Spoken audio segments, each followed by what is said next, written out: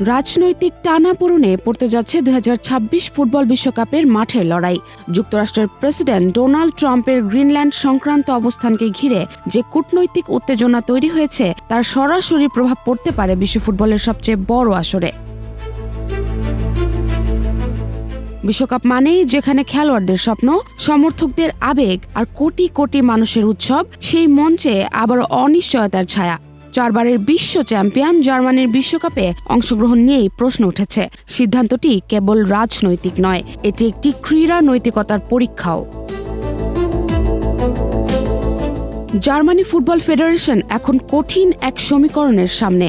একদিকে খেলোয়াড়দের দীর্ঘ প্রস্তুতি, সমর্থকদের প্রত্যাশা এবং ফুটবল ঐতিহ্য, অন্যদিকে আন্তর্জাতিক রাজনীতিতে অবস্থান নেওয়ার চাপ। রাজনীতিবিদরা প্রকাশ্যে বয়কটের পক্ষে কথা বললেও চূড়ান্ত সিদ্ধান্তের ভার পড়েছে ফুটবল প্রশাসনের ওপর।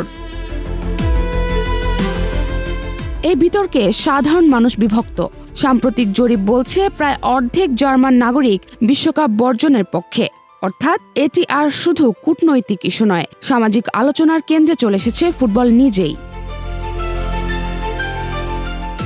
বিশেষজ্ঞদের মতে জার্মানি বিশ্বকাপ বর্জন করলে তার প্রভাব কেবল একটি দলের অনুপস্থিতিতে সীমাবদ্ধ থাকবে না। এতে ফিফা আয়োজক দেশ এবং বৈশ্বিক ক্রীড়া ব্যবস্থার উপর বড় ধরনের চাপ তৈরি হতে পারে। ইউরোপের অন্যান্য দেশও তখন একই পথে হাঁটার কথা ভাববে। সব মিলিয়ে প্রশ্নটা এখন শুধু জার্মানি খেলবে কি খেলবে না তা নয়।